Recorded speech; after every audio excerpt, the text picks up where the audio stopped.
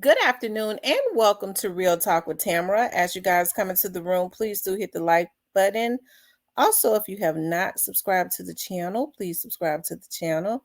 I hope that you guys are doing okay. I know that I am.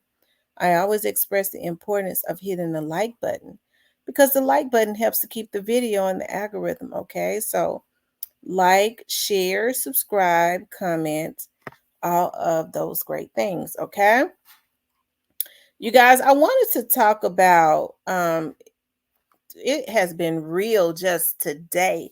And it has been like a little light rainy day, um, in Memphis. Like folks have completely lost their minds. It's been getting warm really early, like it's about 60 something. So even in March, because normally it's still pretty cold, but the weather has been really beautiful. And so people have been losing it, but they was losing it in the winter. So it leads me to believe people are so cracked out. Like they're so on drugs that it's ridiculous. And then I do understand that poverty ignites crime. Y'all, it is something going on, okay? But shout out to Blackwood News. You know, he's the source.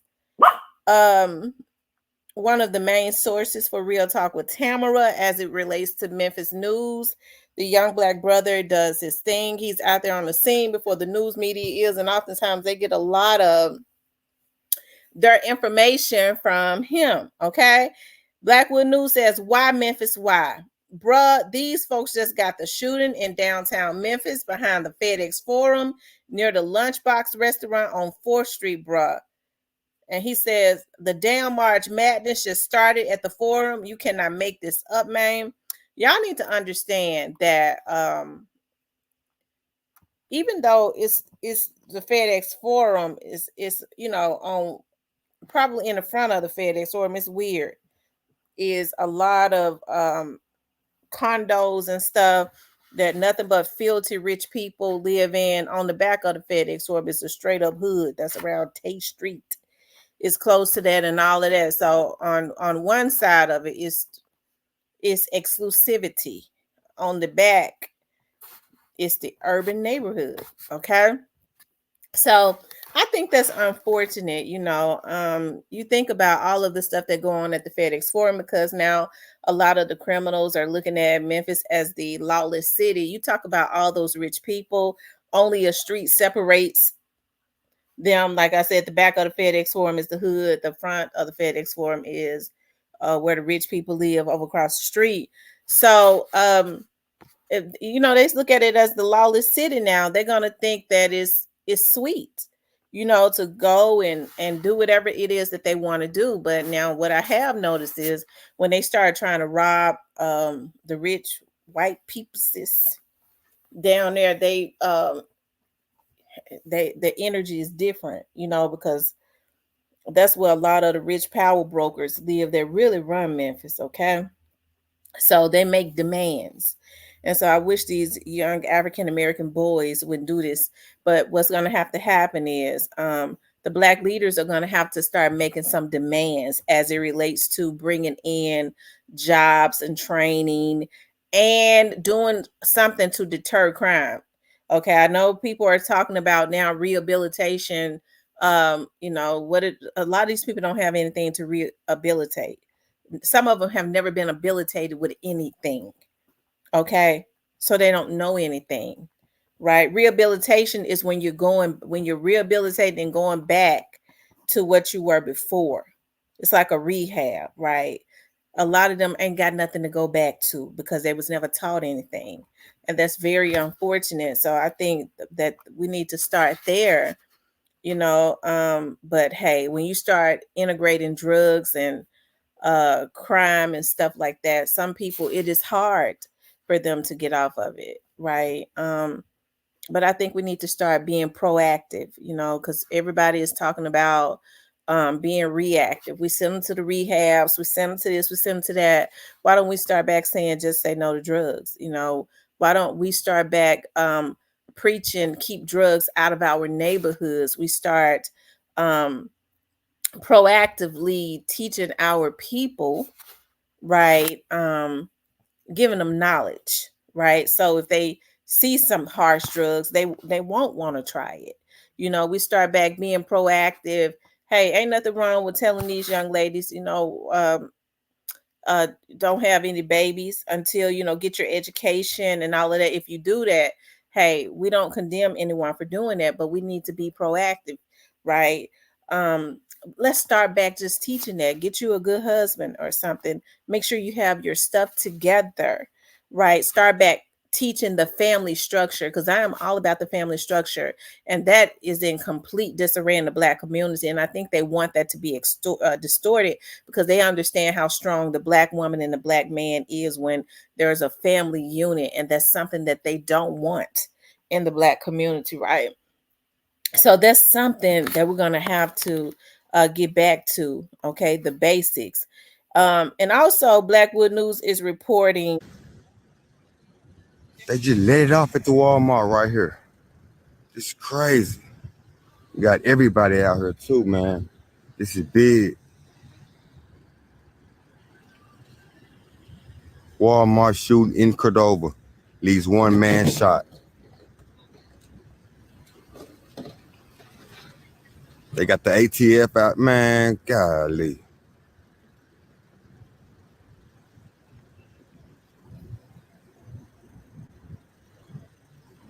We in Cordova with it, man. And It don't stop. Cordova is a It's suburb. It crazy, is bro. quickly going down though, but there's still a lot of beautiful houses out there. Blackwood News.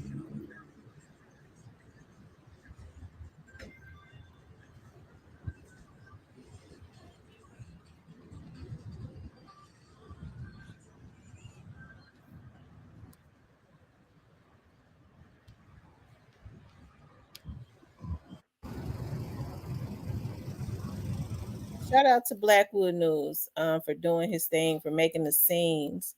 Let me see.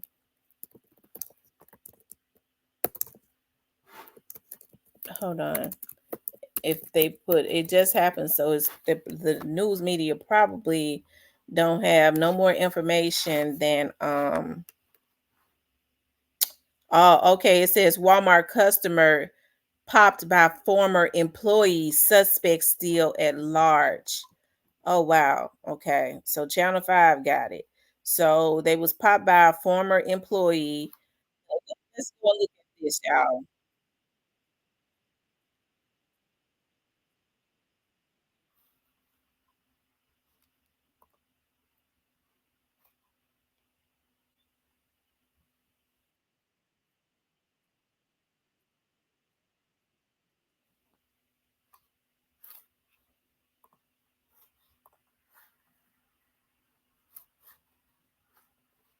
Oh Lord.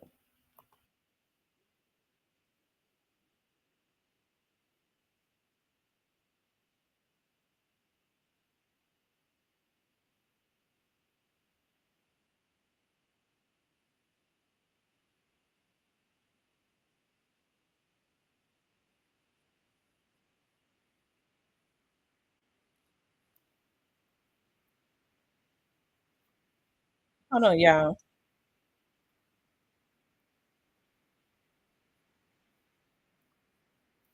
For our news conference.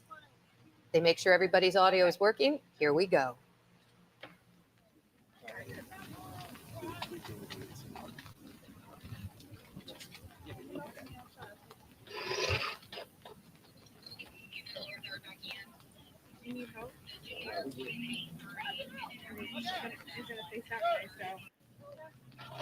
The scene determined that only one person was shot. We had one shooter on the scene.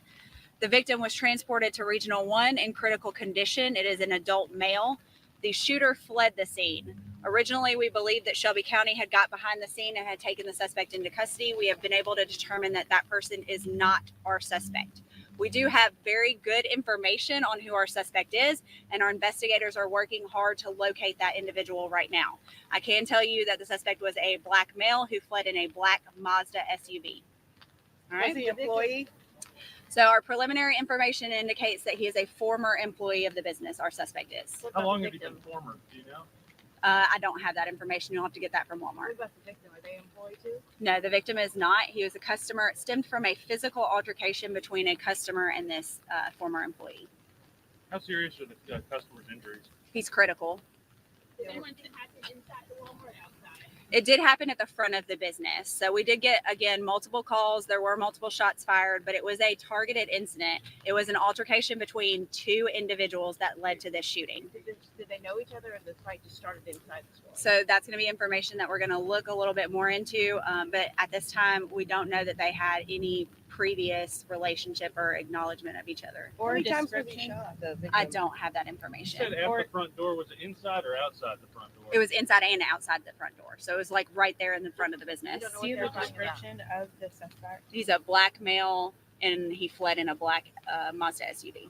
A witness told us that the former employee was arguing with his girlfriend. Do you know anything about that at all? Yes, so I can confirm that he was arguing with a female prior to getting into the argument with the individual that he shot. And you don't know what they were fighting about. No, I don't. So I will say that I want to note that Walmart went through their procedures and locked down the store. They got everybody away from the incident that was happening and kept their employees safe, which is great. In an active shooter situation, there are 3 steps that we really preach, and that's avoid, deny, and defend. We want you to get out of there, deny access to yourself by locking doors or getting in a safe place. And then if the bad guy does get to you, then obviously you take the steps necessary. Okay, she's hey. Anyways, she's doing all she can to make sure that Walmart don't get any lawsuits. I already know what she's doing, but because when did he become a former employee? Did they just fire him today? That's awful weird. Now he was up there arguing with his girlfriend. Was his girlfriend an employee of Walmart? And they said it was a customer. Like, did she come in there with another man or something, and he was working there and he popped him or something like that? Like, she's not being completely honest, but hey, like I said, she went into talking about all Walmart did. So we understand that Walmart is a part of one of those businesses that they, take care of because they claim Walmart, distribute a lot of jobs to the Memphians or whatever. But those people need to sue Walmart. I mean, maybe I'm wrong for saying it, but hey, I already see what they're doing. They're setting the stage for Walmart to be, and it's not their fault, because those are their employees, right? It's not their fault, but it's just a mere fact that she instantly started trying to, she made it so obvious. Okay. She made it so obvious. So he probably they probably just fired him today. Okay. So, I mean, they're doing everything they can to try to disclaim everything. Okay. And she's definitely doing her job to make sure that she protects Walmart. But I'm glad that nobody was hurt. But that's probably going to be some type of love triangle. And the other boyfriend came up there. He was arguing with his, girlfriend or something like it. It's weird though. It's really weird. So I guess we need to know more about it. I don't want to speculate, but it do sound like maybe it could have been a love triangle. I don't know. But anyways, I'm happy that nobody was taken out. But you talking about Cordova, that is an area that used to be extremely exclusive, and they still have a lot of nice houses, but it's starting to get, really bad. But what people don't know is, like, even when I was working for the PD, when during the time, like, they still have beautiful homes, but it's just that crime has made its way out there, and people are starting to leave the Cordova area and move further out to like Arlington and Eads and Lakeland and places like that.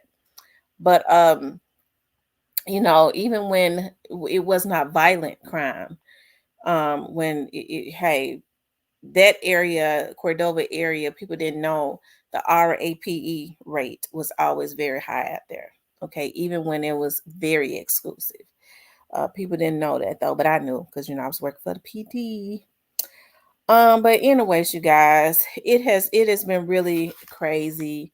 People don't like to hear me say I was working for the PD, but I was. Okay, I was. Let me see. Let me see. While my customer popped by, former employee suspect still at large. I'm trying to. Oh, wow. I'm looking at another story that's closer to my area. South Haven police are investigating the unaliving of a child Friday morning. The child was found unalived at a home. The circumstances of the unaliving have not been made clear. District Attorney Matthew Barton says Jessica Tabor was arrested and charged with capital M. It's a heart-wrenching situation, and we are respecting the privacy of those impacted by this painful loss. South Haven, Mississippi is an elite department, and we defer to their work during this investigation and will not release information before them. Oh, wow. This is the mother, you guys. This is the mother.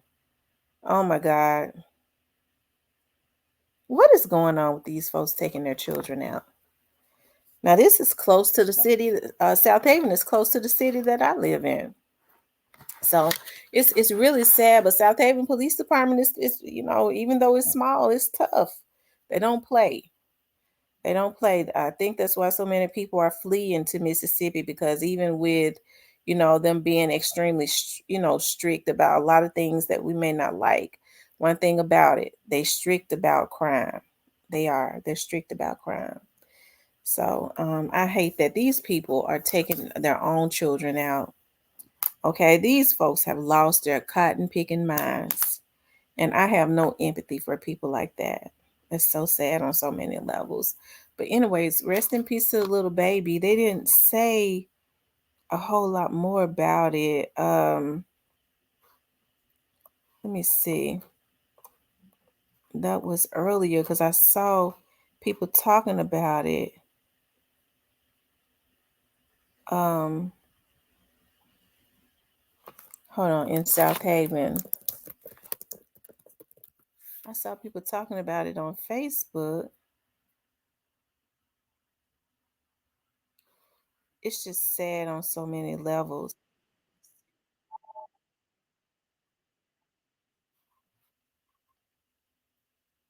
Um,